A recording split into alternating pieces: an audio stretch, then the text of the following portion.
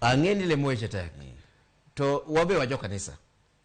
Onge jok moko ma jo kanisa mohingo jowetegi. Ok nyal wacho ni Nyasaye kiduong' mohingo Nyasaye chata ni Nyasaye achiel. Wuoda mbeja gima penji. Nitie gik moko ma Nyasaye nosemiwa uwezo mar timo. Kata mane muma kanyo nitie talanta mopogre mane Nyasaye omiji. Apenji. Inyalo dhi lemo ni Nyasaye mondo opurni puodho. Ok inyalo dhi lemo ni Nyasaye mondo opurni puodho. Nikech tekono Nyasaye osemiyi iwuon. Onego bed ni kilemo tidhi report ni Nyasaye puotha matin mane miyani asepure. Puotha matin mane miyani adhi pure. Lakini Nyasaye piny ni opong' gi ji mang'eny. Jomoko nitie ma ero na puodho.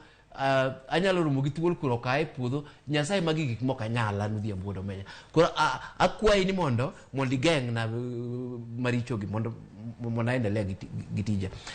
Dwe mar 2 en dwe mar kiangazi, en dwe ma koth ok chwega. In koro idhi kwa Nyasaye mondo koth ochwe dwe mar 2 konyi gang'o. Dwe mar 2 en dwe mar pur.